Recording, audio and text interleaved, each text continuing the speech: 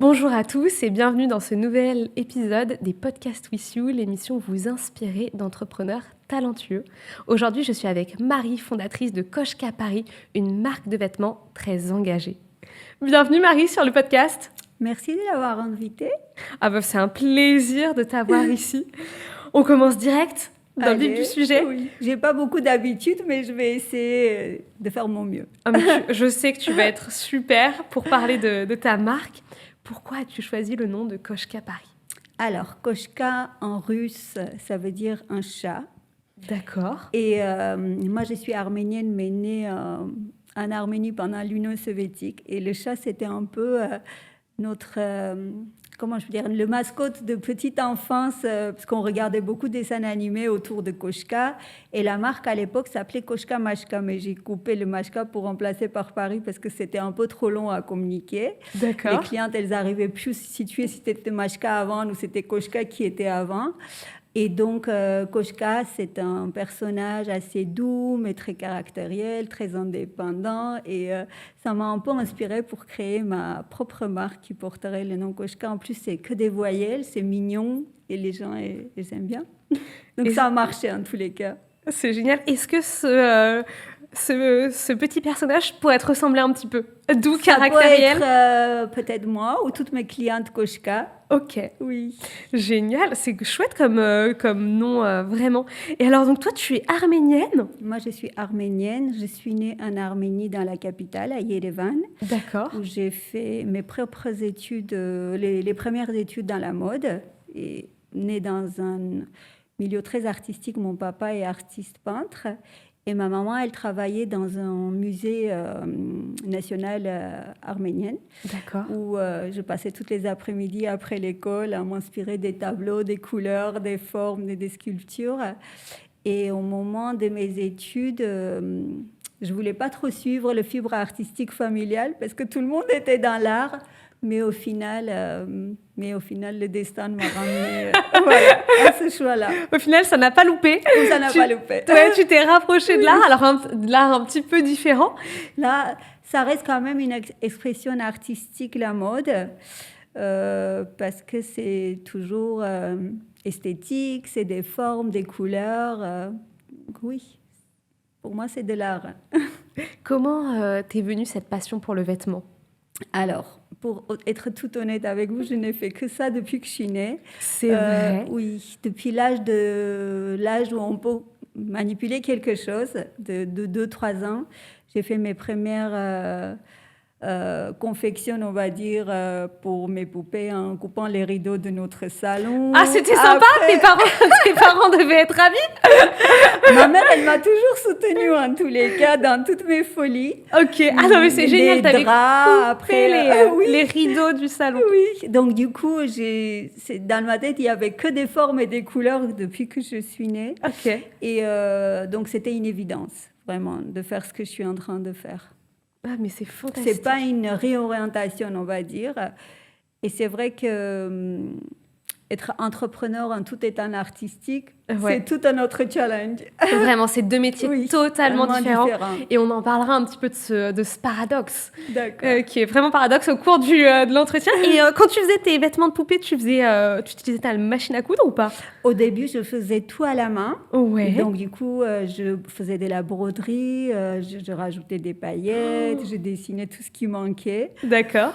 Et à l'âge de 12-13 ans, on avait, en fait, dans la famille, avec toujours des femmes qui faisaient un peu de couture, on avait cette machine à coudre Singer, vous savez, qui était à pédale, pas de fil électrique. Très bien. Et autant de vous dire que l'Arménie, il a passé une période d'indépendance très difficile où il n'y avait pas d'électricité. Donc cette machine à coudre, elle était vraiment utile parce qu'il n'y avait pas besoin de l'électricité pour confectionner quoi qu'il en soit. Et donc, oui, je me suis servi beaucoup de ça pour vraiment apprendre à faire de la couture.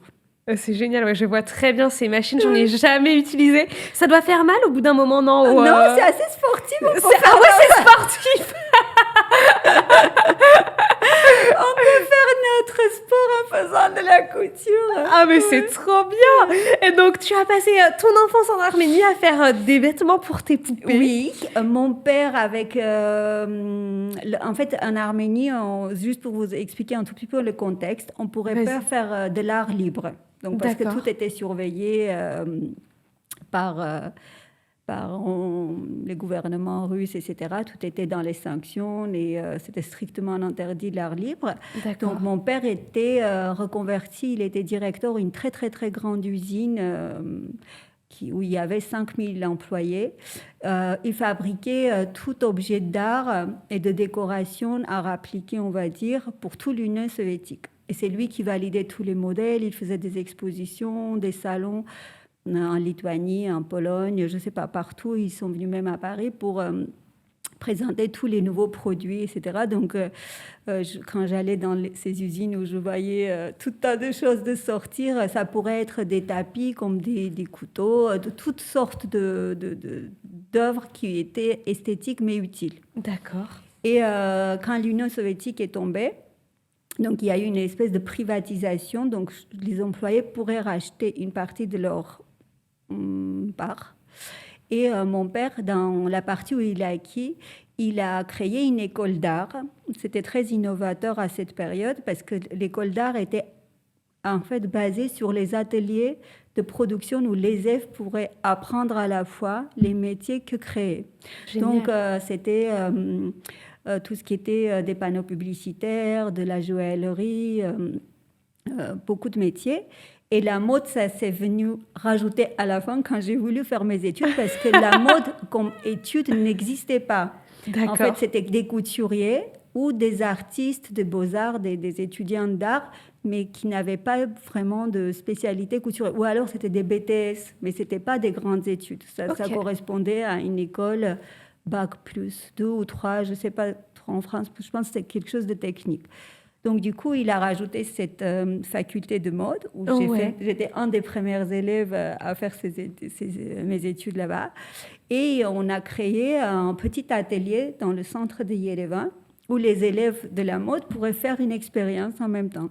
Donc, vite, c'est devenu un peu un business pour moi parce que moi, j'adorais justement les relations avec des clients, de créer des choses, de transformer, où on a commencé à faire nos premières commandes avec ma sœur.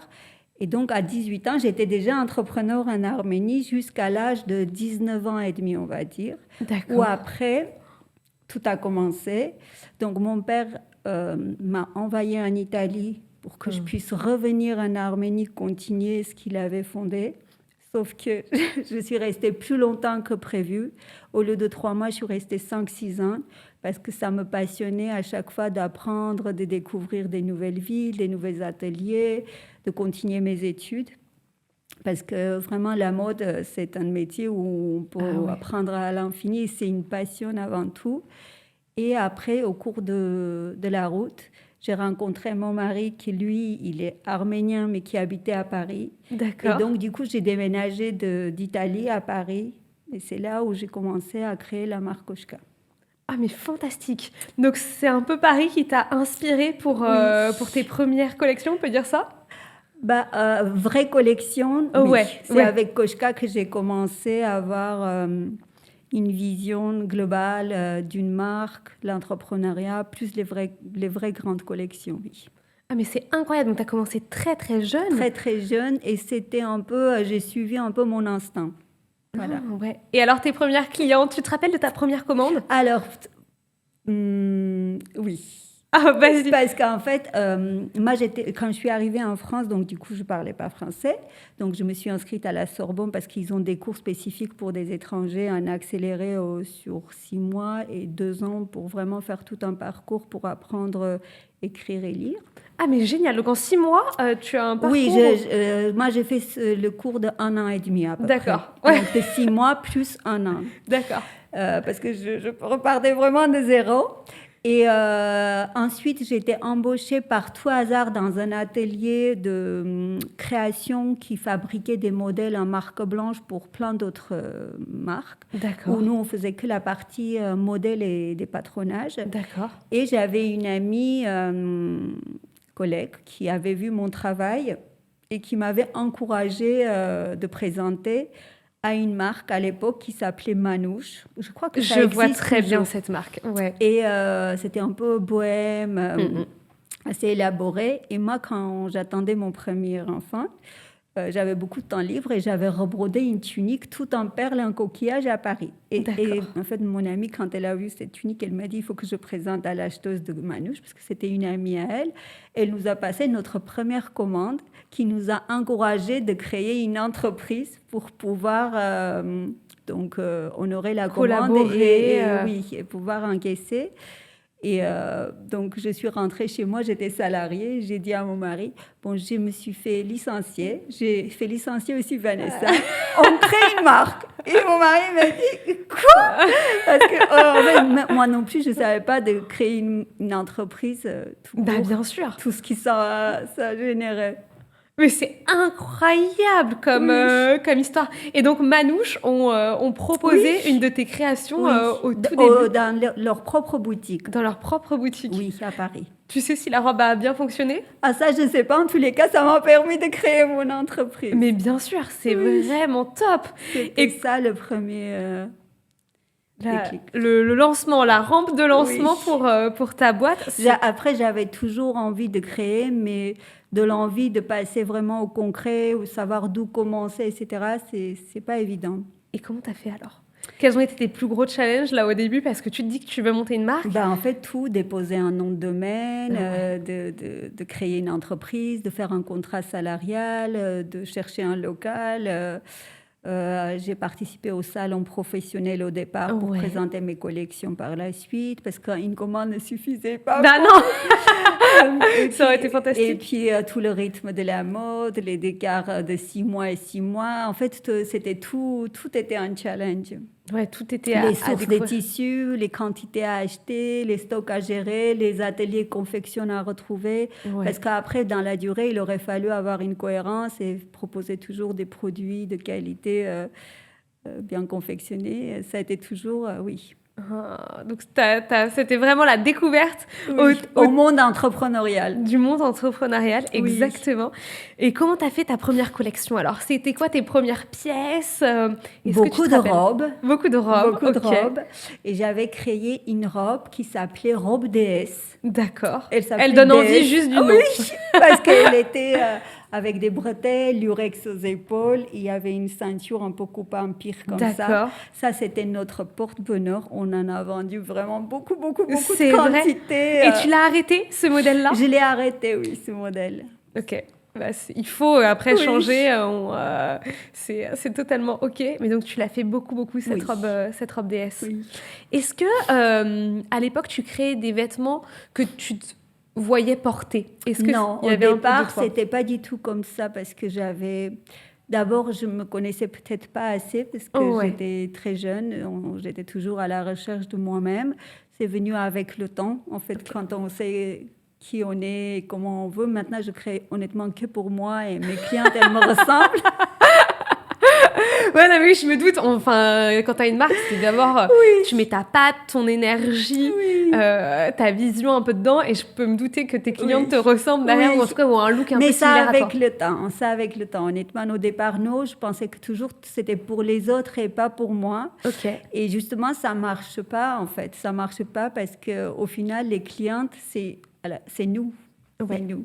Okay. Et il faut vraiment sentir les choses pour pouvoir proposer et défendre son produit, au moins qu'on ait une force de marketing ou de la communication. Et à ce moment-là, oui, le créateur ou le propriétaire peut être un tout petit peu en écart à son entreprise, mais quand on est toute seule à tout gérer, etc., il faut que ça nous ressemble. Ok, parce que c'est vrai qu'aujourd'hui, tu as quand même une petite équipe, mais c'est quand même toi qui fais la majorité des choses, c'est ça? Alors, je suis impliquée un peu en tout. Ouais. On a une cliente même qui nous avait fait un petit mail pour dire merci, votre service après-vente est génial, alors que c'est moi qui étais allée. Ok, par contre, ça, c'est génial. Oui, après, le service après-vente, c'est tellement important pour une boutique en ligne. Parce que derrière, il faut qu'ils soient contents.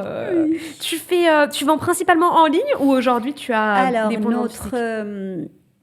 notre business, il est basé plutôt physique. Ouais. La boutique en ligne, c'est uniquement une présence, mais on ne génère pas énormément de ventes en ligne. Ok.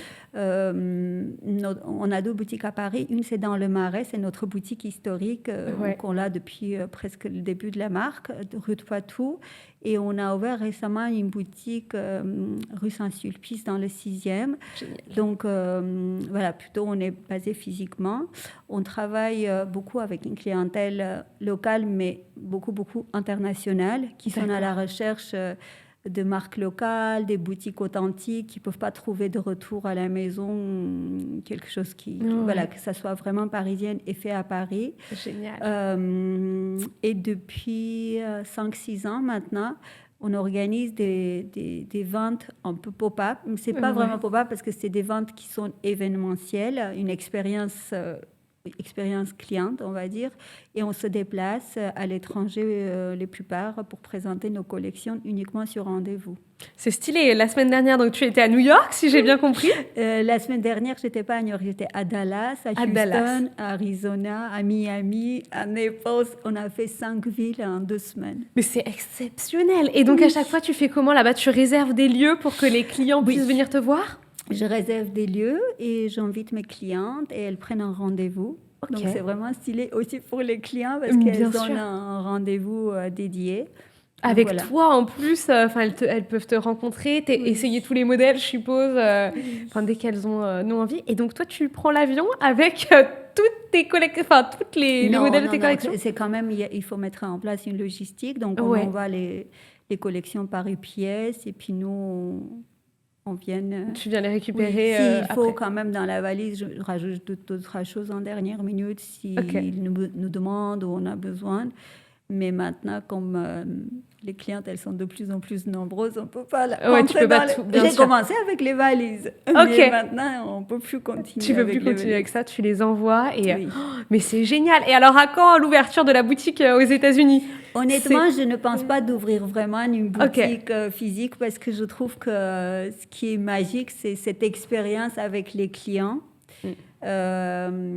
Donc, pour le moment, je reste à Paris. Mais c'est vrai que ça doit donner quelque chose de très spécial, quoi, d'aller rencontrer tes clientes à l'autre bout du monde. Oui, c'est magique. Vraiment, c'est génial. Ah ouais, vraiment, je peux totalement le concevoir, l'imaginer. Mais bien, revenons un petit peu à Paris et parlons de tes engagements un peu, parce que tu as quand même créé une marque qui a des engagements forts. Est-ce que tu peux nous en dire un peu plus sur ces points-là? Oui. Alors, en 2008-2009, où j'étais en plein création de nouvelles collections, sur nouvelles collections, avec des tissus, il fallait commander à 200-300 mètres à chaque fois, gérer des stocks, des soldes, des ventes en ligne sur des sites, plateformes de déstockage, etc. Il y a eu la grosse crise de 2008-2009 et j'attendais mon deuxième enfant, du coup. Et ça m'a vraiment permis d'une grosse réflexion, de savoir où je voulais aller, parce que ça ne me convenait plus du tout, ce système les boutiques, elles demandaient de plus en plus des produits bas de gamme pour marger. Donc, les produits de fabrication, tout autre asiatique, même Afrique du Nord, bon bref, de tout autre pays, la grande Europe où les salaires sont quand même moins onéreux qu'en Italie ou en France. On commençait aussi à rentrer dans les collections des créateurs. Donc tout ça, ça m'a permis un tout petit peu de reprendre toute l'entreprise, de tout arrêter et de recommencer avec d'autres bases. J'ai remarqué qu'il y avait quand même beaucoup de surproduction, des très très beaux tissus qui ne sont jamais utilisés, et pour en créer plein d'autres, etc. Et quand j'ai vu ça, je me suis dit, on pourrait apporter quelque chose de très qualitatif à nos clients à un prix juste, où tout le monde serait heureux de se retrouver, les consommateurs, les créateurs, les fabricants, etc. Mais pour ça, les ateliers n'étaient pas adaptés, parce que soit c'était des ateliers pas qualitatifs, qui n'étaient pas adaptés pour fabriquer des vêtements de qualité, soit ils étaient de qualité, mais ils demandaient des minimums très importants, donc ce n'était pas adapté entre les deux.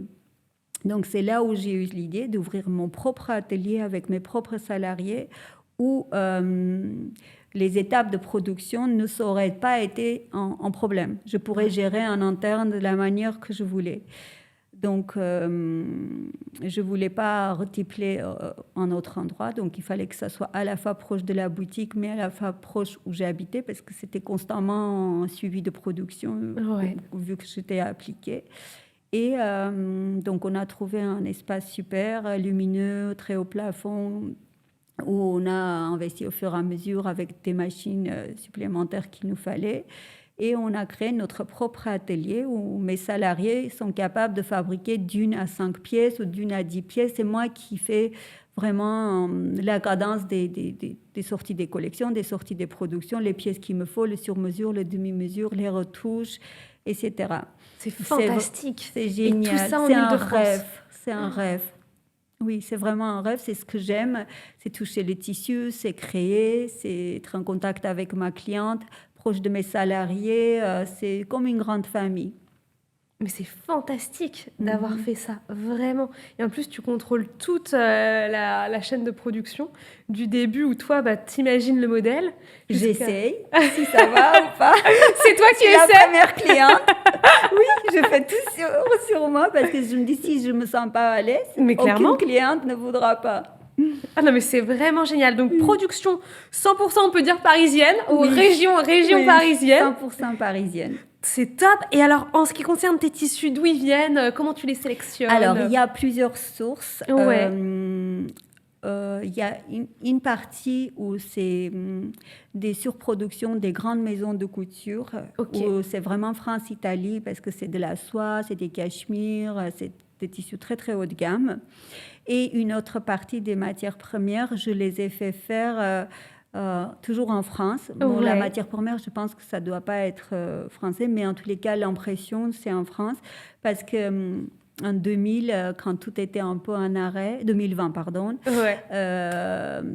Donc, j'ai eu cette idée parce que mon père, en fait, on partage le même atelier où lui, il fait ses tableaux, ses peintures. D'accord. Maintenant, il ne travaille plus, il est à la retraite, il habite pas loin de chez nous, à Paris.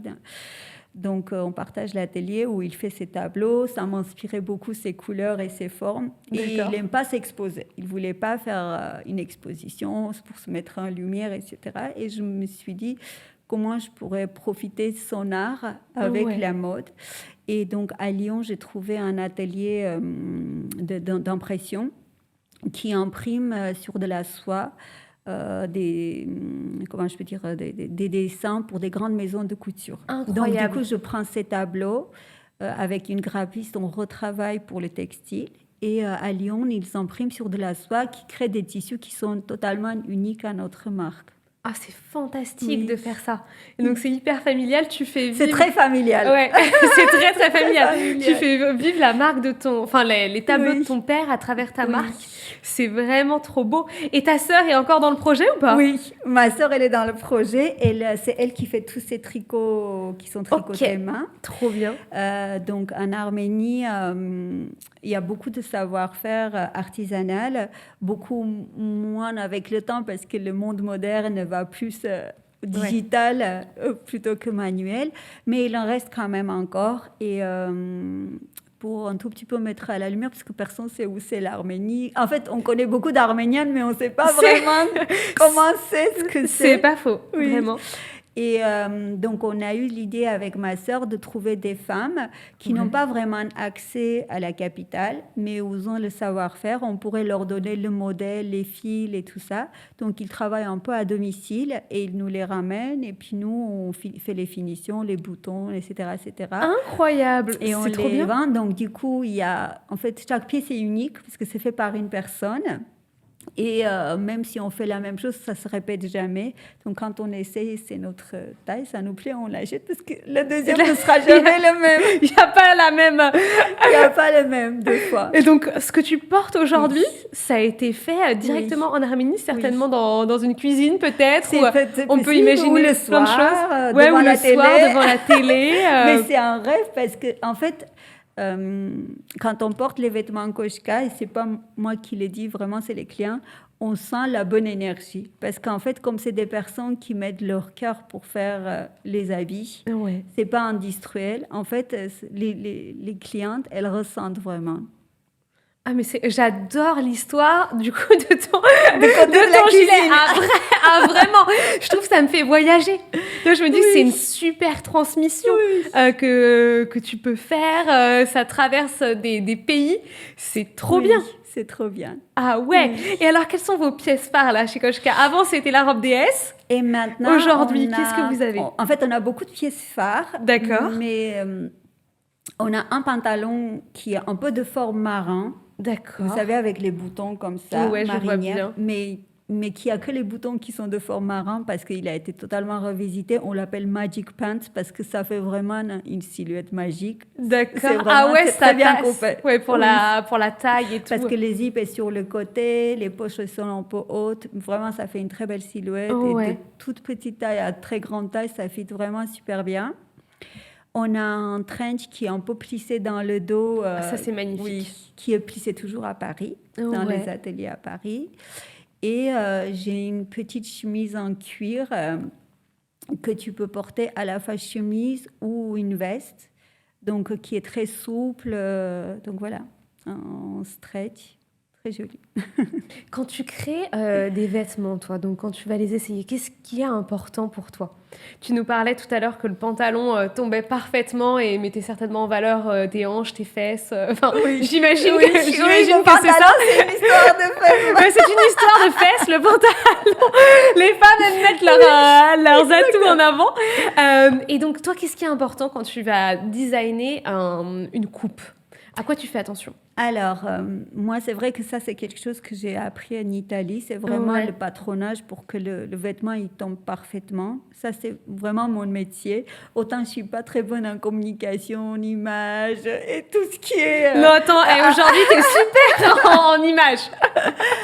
Peut-être moins fort, en tous les cas, que si j'étais sortie d'une école de design, on va dire, de marketing ou communication. Mais le vêtement, en fait, c'est vraiment mon métier. Vraiment, je maîtrise la coupe, le tissu, l'entretien, le lavage, les finitions, etc. Tout ça, c'est à quoi je donne le plus d'importance. Ok.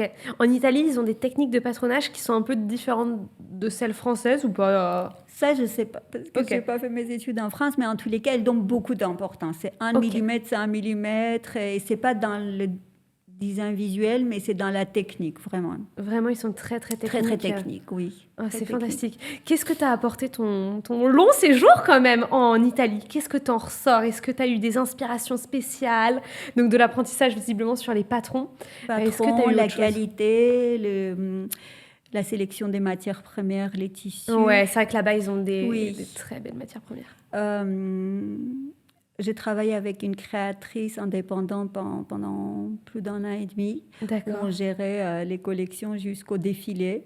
Et j'ai aussi appris un tout petit peu d'avoir toujours les pieds sur terre, parce que ça peut vite dérailler. En fait, la mode, c'est quelque chose qui est très fragile, très saisonnière. Les clients sont volatifs. Il ne faut jamais prendre la grosse tête, parce que tout est fragile. Rien n'est acquis, en fait. Ouais, c'est bien d'avoir appris ça. Oui. Qu'est-ce qui t'a fait apprendre ça? C'est justement de bosser avec cette créatrice indépendante où elle avait énormément de moyens, des moyens financiers. On faisait des grands défilés où il y avait des personnalités qui venaient.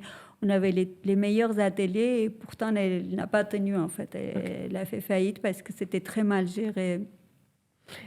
Et toi, t'aurais envie de faire des grands défilés comme ça avec des personnes connues, ou c'est pas l'image de marque que tu veux te donner? Non, honnêtement, ça c'est jamais été un rêve pour moi. Moi, c'est ce que je fais, c'est mon rêve. C'est ton rêve, d'avoir si tes ateliers. j'avais envie, je pense que j'aurais pu faire différemment avec d'autres levées de fonds ou d'autres financements, mais j'ai préféré rester indépendante 100%. Mes clientes, c'est mes muses. Elles sont très connues pour moi et reconnues. C'est des femmes très inspirantes dans la planète entière, vraiment. On a des clients dans 4 coins du monde. Elles sont très solidaires, elles nous soutiennent, vraiment, c'est incroyable la connexion que ça peut créer à travers le vêtement, Ouais, les humains, parce que c'est quelque chose qui est sur nous, bien sûr. ça nous touche et c'est vrai que ça crée vraiment des liens très forts. Ouais, une forte proximité Oui, avec. Tu as vraiment réussi à créer une communauté finalement autour une de communauté, Kochka Paris. oui, ouais, vraiment, oui. C'est fou. Pourquoi tu dis que tes clientes t'inspirent? Qu'est-ce qui t'inspire chez elles?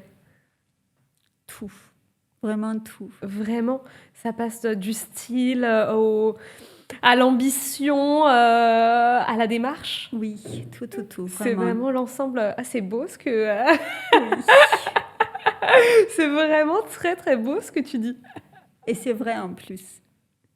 Je pense que la communauté, l'engagement, l'éthique, tout ça, c'est pas qu'une tendance de communication, mais pour moi, c'est une façon d'exister, c'est moi. Vraiment, je voulais faire ça parce que ça me correspondait. C'était pas parce que c'était dans l'air du temps.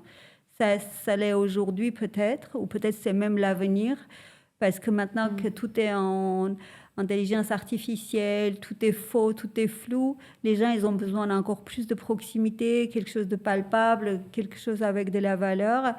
Je pense de Non, plus mais en tu as plus. totalement raison. Mais moi, je le fais ça instinctivement. En fait, j'ai une très forte intuition. À chaque fois, je sens ce qu'il faut faire ou pas le faire. C'est incroyable. Et tu as toujours eu cette forte intuition? De plus en plus. Je suis de plus en plus connectée avec moi-même. Ouais. Je ne me laisse pas influencer. J'essaie de toujours rester incarnée et centrée. C'est fou parce que depuis toujours, en fait, tu as suivi ta voie. Enfin, c'est comme une voie un peu tracée. Oui. Tu vois, tu as commencé petit, mais Oui. toujours dans la création de vêtements. Puis même si tu as déménagé, tu as fait quand même pas mal de pays, tu as eu une vie un peu chamboulée, tu es toujours resté là-dedans. Oui.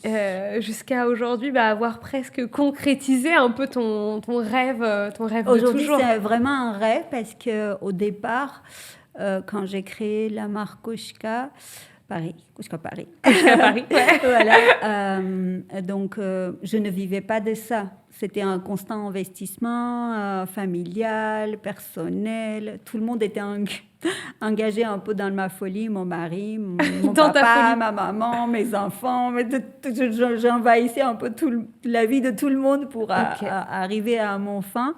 Mais aujourd'hui, c'est vrai que je peux dire qu'aujourd'hui, c'est réussi parce que ça permet quand même d'avoir une stabilité à la fois financière, parce que c'est important aussi derrière une marque que voilà, l'économie, elle tourne pour Bien sûr. pouvoir payer les fournisseurs, les salariés, les tissus, les déplacements.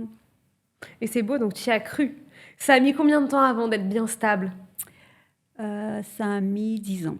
10 ans, ok. Ouais, mais pour une marque de vêtements, parce que le marché n'est pas simple aujourd'hui, parce que comme tu dis, il y a l'intelligence artificielle qui fait des shootings, si tu Oui, veux, il fait tout. à ta place.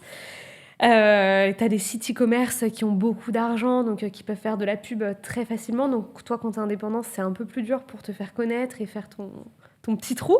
Donc quand tu es indépendant là comme toi, c'est un vrai challenge. Un vrai challenge, oui. Vraiment. Mais que tu as su relever à merveille au final. Maintenant, vous êtes combien dans l'atelier? Alors, nous sommes 4 à l'atelier. Ouais, On est à peu près 4 dans les boutiques. d'accord. En fait, on est une dizaine, on va dire. C'est fantastique. Et donc toi, tu tournes entre atelier, boutique. Alors, le matin, je commence tous les matins à 9 h, je suis à l'atelier. Je prends un petit café avec mes couturiers qui me montrent un peu ce qu'ils ont fait, etc. S'il y a des commandes ou des retouches, je leur explique ce qu'il faut faire. Après, je contrôle tout ce qui a été fait. Donc après, je pars en fonction des rendez-vous dans une boutique ou dans l'autre. D'accord. Si j'ai pas la salariée qui est malade, donc je reste toute la journée. Si elle n'est pas malade, donc du coup, je passe d'un côté à l'autre. Je génère plusieurs rendez-vous par jour avec des clients. D'accord. Qui prennent un rendez-vous pour venir s'habiller. Donc j'essaie toujours d'être là parce que ça leur permet de rencontrer la créatrice. Et puis quand il y a des demi-mesures sur mesure, je sais si on a les tissus, si c'est quelque chose qui est faisable à faire. D'accord. Donc voilà, je passe quand même beaucoup de temps dans les boutiques. Et après, quand je me déplace à l'étranger, à ce moment-là, quelqu'un d'autre s'occupe des boutiques. Mais c'est fantastique. Et donc, on peut demander chez toi des demi-mesures ou des sur-mesures Oui, de pièces qu'on aime bien dans ta boutique. oui, On peut les adapter à notre morphologie. oui, C'est ça le vrai exactement. concept. Oui. Et on peut choisir notre tissu aussi. Les tissus, par rapport à ce que nous avons, on peut Ouais, leur proposer. Par d'accord. exemple, s'ils ont des événements où la couleur leur plaît pas, ou on a d'autres possibilités. En fait, c'est vraiment à l'ancienne, on va dire. Ouais, non, mais Oui, c'est oui, chouette. Vraiment. oui. Et c'est quoi ta vision pour Cochka Paris? Toi, dans 5 ans, tu te vois où? Qu'est-ce que tu aimerais réaliser? Pour être honnête, je ne fais pas de projection. Je T'as bien vis le jour raison. au Tu jour. vis le jour au jour le jour. Le jour au jour, vraiment. Après, si ça continue et puis si mes enfants voudraient continuer dans le Ok. même entrepreneuriat ou transformer à autre chose, ou je sais pas, parce que de toute manière, une marque, euh, il faut le voir dans la durée. Ouais, Et c'est l'histoire, en fait, quand il y a une vraie histoire et c'est dans la durée que ça devienne une marque. Parce qu'au départ, tout le c'est monde vrai. était un créateur, un couturier, mais de cela, en fait, qui transforme vraiment en une marque avec des valeurs, c'est la qualité, évidemment. Être toujours constant avec un style et pas toujours changer de quelque chose d'éphémère, s'adapter évidemment au monde moderne parce que on adapte à l'humain qui vit à ce jour-là, mais aussi c'est transmettre. Donc du coup, s'il y aura une transmission, si quelqu'un voudra de la famille continuer, bah, à ce moment-là, oui, ça sera un vrai rêve. Ah, ça serait chouette. Oui. Vraiment. Ils ont quel âge en ce moment, tes enfants? 22 bientôt et Ok. 16, Ouais, 17. ils sont encore jeunes. Oui, Enfin, faut donc il les... faut qu'ils fassent leur expérience, Ah mais ouais. ça sera beaucoup plus tard. Mais c'est totalement vrai ce que tu dis. Créer en fait une enseigne de vêtements comme ça, c'est faisable. Mais par contre, quand tu veux vraiment créer une marque Oui, et qui dure dans le qui temps. dure dans le temps, ça c'est beaucoup plus long. Oui. Donc Euh, du coup, la qualité, la créativité, c'est un constamment, il faut tenir, ouais, sur du faut long se terme. tenir, oui. Ouais, et c'est vrai que c'est rare en fait. Quand ils pensent, il y a beaucoup de marques un peu éphémères qui vont aller pendant 5 ans, ils vont être plutôt fashion et tout, ça va être cool. Mais des marques indépendantes qui réussissent à tenir vraiment dans le temps, il y en a pas tant que ça, Il y en a avec des pas beaucoup. Moi, lancements j'ai vu récents. toutes les marques arriver avec moi et Ouais, partir avant moi. ok. Et pourtant, ils généraient plus de chiffre d'affaires, ils avaient beaucoup plus de points de vente. Le problème, en fait, il faut que la vision soit plus forte que la facilité. En fait, Ouais, il ne faut pas se faire tenter par un air oxygénaire éphémère. Le problème, c'est ça. Dès qu'on fait rentrer un investisseur qui va ramener un peu de fraîcheur, il voudra toujours une rentabilité forte parce qu'il n'aura pas les mêmes convictions ou le même amour pour ce que vous aurez mis votre cœur pour créer. ouais. Et le moment où il se retirera, bah, tout va tomber. Moi, j'ai passé des moments très, très difficiles avec tout état des huissiers, des faillites, des crises, de tout ce que vous voulez. Mais j'ai toujours trouvé des moyens pour rembourser, financer, mais tenir, tenir, tenir. Et ça, c'est vrai, ça a été un sacrifice parce que j'aurais pu aller travailler pour quelqu'un d'autre ou vendre l'entreprise et faire entrer des investisseurs ou trouver d'autres solutions faciles. Mais Ouais. j'ai préféré le chemin le plus long. Et tu as raison, on le voit beaucoup ça. Mhm. L'entrée d'investisseurs qui Mhm. investissent beaucoup et finalement ça tient pas dans le temps parce que dès Ouais. qu'ils arrêtent Oui, les flux, la boîte ne tient plus. oui, je ne tiens pas. Qu'est-ce qui t'a fait à tout prix vouloir, toi, être indépendante? Est-ce que c'est ton Je amour? pense que c'est mon caractère. C'est comme ça, Tu es comme Koshka très des dessins animés. indépendante.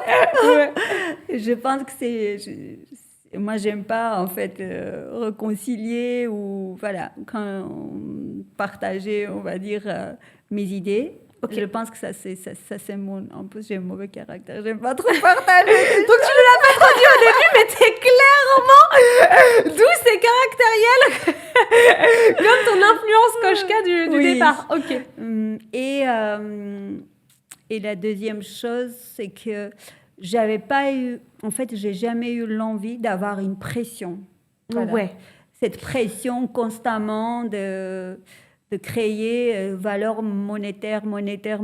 Pour moi, la valeur, elle a été plus dans l'objet que dans le flux monétaire, on va dire.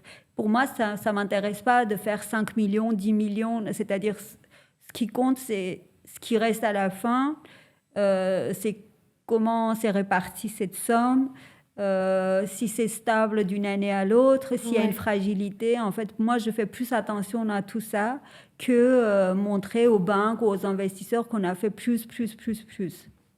Ouais, et surtout, toi, tu es motivé par autre chose que par l'argent. C'est ça. En fait, c'est la création Oui. qui te fait vibrer à l'intérieur. Exactement. T'as ça en toi depuis toujours.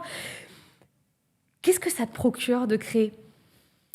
Moi, c'est les tissus. Ça, c'est ma faiblesse. J'ai beaucoup de tissus. J'aurais pu ouvrir presque une boutique de tissus. Ok, on réfléchira, on pourra peut-être bosser ensemble. Tu vois, j'ai les patronages et les tissus. Tu vois, il y a moyen qu'on fasse une affaire. On discutera à la fin. Ça, j'adore. Vraiment, les tissus de qualité, ça, c'est ma passion avant tout. Ouais. Après, je suis attirée par la couleur. C'est vrai que je fais des collections très colorées. Aujourd'hui, je ne suis pas habillée en couleur, mais honnêtement, j'adore la couleur. J'aime toutes les couleurs. Je compose les collections comme si c'était un bouquet de fleurs ou une salade de fruits. Je ne sais pas, j'adore les couleurs. Ça, c'est quelque chose que je pense que je l'ai depuis toute petite.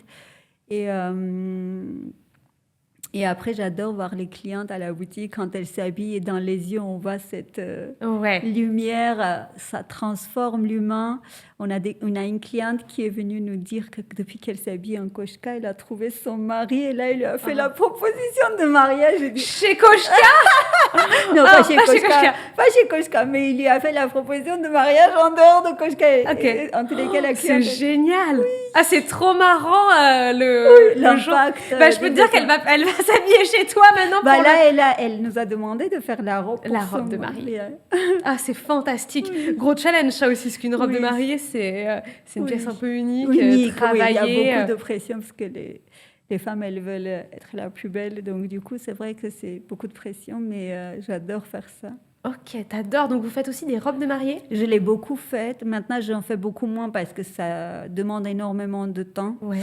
Des essayages, etc., jusqu'à la dernière minute. Donc, je ne fais que exceptionnellement pour certaines personnes qui a une affinité en dehors du commerce, on va dire. Ouais, ok, je comprends bien. Et alors toi, aujourd'hui, quelles sont tes sources d'inspiration? Alors, il y a les tissus qui t'inspirent beaucoup, mais est-ce que tu as des sports, nature, films, livres? Qu'est-ce que je pourrais citer d'autres? Architecture? Pour l'inspiration, donc du coup, j'ai déjà quand même un style qui est établi. Je m'inspire un tout petit peu déjà de ça. Comme si on avait déjà un type client Koshka qui nous suit d'une année à l'autre. Donc, elles nous disent même qu'elles n'ont même plus besoin le matin de réflexion comment s'habiller parce que tout va avec tout. Ok, ça c'est génial. Oui. Quand on a tout d'une même marque. Après, honnêtement... même quand je suis sur une terrasse, en fait, tout m'inspire. C'est-à-dire, une personne, elle peut passer, c'est inspirant. Je vois quelque chose, je dis, ah tiens, ça, je pourrais faire dans ce tissu ou l'autre. Après, on rate des choses, ça nous donne des nouvelles idées. Ouais. Je dis, ah tiens, c'était génial qu'on a raté ça. On peut faire ça avec ça. Trop Parfois, des échecs. Moi, j'apprends beaucoup aux échecs, oui. Quand il y a quelque chose qui ne va pas, je dis, ça, c'était un signe. Il faut que je vois pourquoi ça n'a pas marché. Ça donne des nouvelles idées. Mais après, j'essaie toujours de rester constamment dans le style Koshka. Je ne fais pas énormément de révolutions d'une saison à l'autre. Si tu devais définir le style Koshka en quelques mots, qu'est-ce que tu dirais? Moi, je dirais féminin, intemporel, classe un peu chic. Ok, ouais, c'est vrai. En même temps, facile à mettre et facile à entretenir. Et toute la différence est dans les petits détails. Un peu classique, mais pas trop intemporel. Et moi, ce que j'ai beaucoup aimé dans tes modèles, je pense qu'il y a deux choses. C'est vrai, c'est les tissus, les couleurs, les motifs, tu vois, que tu peux proposer. Et j'ai remarqué aussi quelque chose. alors pas dans tous les modèles, mais t'aimes les coupes qui peuvent être un peu structurées, Oui. tu vois, qui... Oui, j'aime bien des vêtements un peu structurés. Ouais, et moi aussi j'adore les vêtements structurés, je trouve que ça fait tout de suite... Oui. Je sais pas si c'est du charisme. En tout cas, ça apporte quelque chose c'est pas sérieux, mais ça fait quelque chose, tu vois, Oui, sur une ça personne. donne de la carrure. Ça, ouais, franchement, non, mais ça donne une prestance Oui. les vêtements un peu structurés. Oui. Donc j'aime beaucoup, et c'est tout de suite ce que j'ai vu sur les vêtements de ton site. Oui, c'est vrai, les pièces à manches, les manteaux, tout ça, Ouais. c'est bien coupé. Qu'est-ce que tu as envie quand une personne commande chez toi? Qu'est-ce que tu as envie qu'elle ressente quand elle porte un vêtement Koshka? Est-ce que tu attends Moi, j'attends rien, honnêtement. Mais les clientes, elles me disent qu'à chaque fois, quand elles portent du Koshka, on Ouais. leur demande d'où ça vient. Elle me dit ça n'arrive qu'avec ta marque. En fait, la marque Koshka, quand elle porte, on leur demande où est-ce que tu as trouvé ce vêtement. Et avant, les clientes, elles nous envoyaient en fait l'adresse à Paris. Et maintenant, comme il y a l'Instagram, les e-shops, etc., c'est encore plus facile de transmettre ou communiquer. Parce qu'avoir juste quelque chose de local pour les gens qui voyagent et tout ça, c'était plus difficile de nous retrouver. Mais maintenant, avec le digital, c'est plus facile de nous retrouver. Parce que du coup, tu as commencé avec... tu n'avais pas encore de site internet à tes tout J'ai débuts. toujours eu un site internet, mais pas vraiment un jour ou opérationnel. Mais bon, maintenant, on essaie toujours de faire la totale. Oui. Mais c'est pas facile. C'est vrai que tenir à jour le site, parce que c'est toi qui fais les créas, il faut les mettre... des pièces uniques quasiment. Ouais, vraiment pas facile. Donc tu dis pièces uniques, vous en produisez quand même quelques-unes par modèle. Je ne dépasse pas une dizaine de pièces à chaque fois. C'est exceptionnel. Oui, 10, 15. Okay, donc quand on porte un vêtement Koshka... On est parmi les 10. On est parmi les 10. Et ça, j'aime trop, tu vois. Parfois, alors, c'est très, très rare. Mais quand j'achète dans des marques comme ça, tu vois, parfois, je vois une personne qui a le vêtement en question et je me dis, mais oui, il y a une vraie connexion qui se fait entre elle et moi. Parce que oui, tu es parmi celles qui a commandé cette pièce qui est presque unique. C'est fantastique. C'est incroyable parce que j'ai une cliente qui m'a raconté cette histoire. Elle m'a dit, je courais et je portais du Koshka. Et sur les escaliers du métro, j'ai vu une autre femme qui avait une veste et en dessous, elle portait une veste Koshka parce que je mets beaucoup de lurex à l'encolure ou sous les cols. Et le col était relevé, elle a vu le truc lurex à l'encolure. Génial. Et on s'est regardé. Elle m'a dit, on s'est regardé. Je dis Koshka. Elle a dit Koshka. Elle m'a dit, on faisait partie un peu dans cette cachette d'un club. Ah, c'est génial! Ça fait beaucoup rire maintenant quand tu m'as dit ça, ça m'a rappelé. Mais c'est exactement ça. C'est un peu unique, tu vois, de vivre. Parfois, mais moi, quand je vais à l'extérieur, en fait, dehors, loin de l'environnement Koshka, parce que quand les clientes elles viennent à nos rendez-vous ou à nos trunk shows, etc., elles sont toujours habillées de la marque. Ça fait vraiment plaisir. Mais ça devient un peu normal parce qu'on les voit toujours dans le même environnement. Mais quand je les vois parfois en dehors, habillées de la marque, et je reconnais les tissus, le modèle, je suis vraiment super émue de voir ça. Ah ouais, vraiment. Je peux me douter que ça fait chaud au cœur de voir ces créations portées. Le travail porté, oui. Oh, c'est vraiment fantastique. Ça m'émeut un petit peu tout ce que tu fais. Merci. Ouais, vraiment. Est-ce que tu as des rituels, toi, pour booster ta créativité ou pour booster ton imagination? Oui. C'est inné. Oui. Ah, on a tous tu veux nous les partager ou pas? Si tu veux pas, c'est ok. Ça a l'air d'être un peu secret comme la secte Koshka, à laquelle il faut acheter pour. Non, honnêtement, j'ai quand même ce rituel de concentration ou de. Comment je peux dire? C'est pas la méditation, mais en tous les cas, de me ressaisir pour repartir. Toujours de nouvelles. C'est pas évident de se renouveler à chaque fois en tout étant la même. C'est ça le plus difficile. C'est qu'on peut toujours se renouveler, mais il faut toujours rester à soi-même. Ne pas se faire influencer par telle tendance, par tel truc, par ceci, par ça. Il y a constamment des images ou des influences qui viennent nous nous enlever de nos racines. Il faut toujours se ramener à on se connaît pour ne pas se perdre, justement.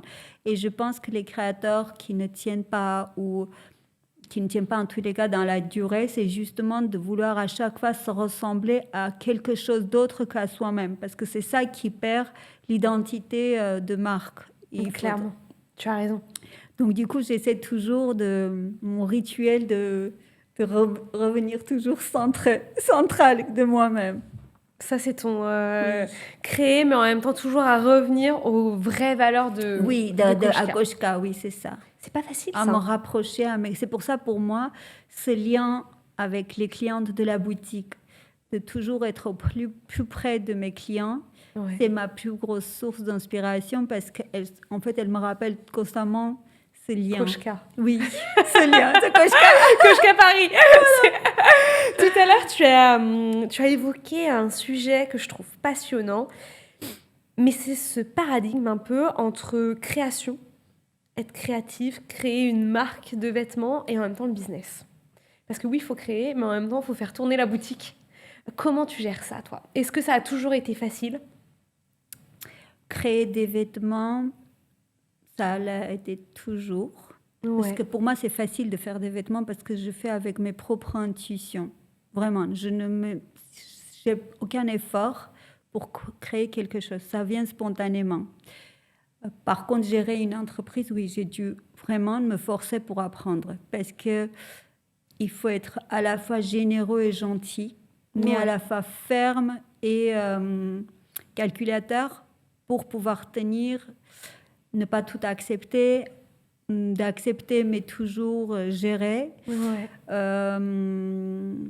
Donc, on se contrarie, on doit sortir de nos principes pour se protéger, pour protéger nos salariés. Donc ça, c'était quelque chose que j'ai mis 20 ans pour apprendre. Heureusement que j'étais très soutenue par mon mari, par ma famille.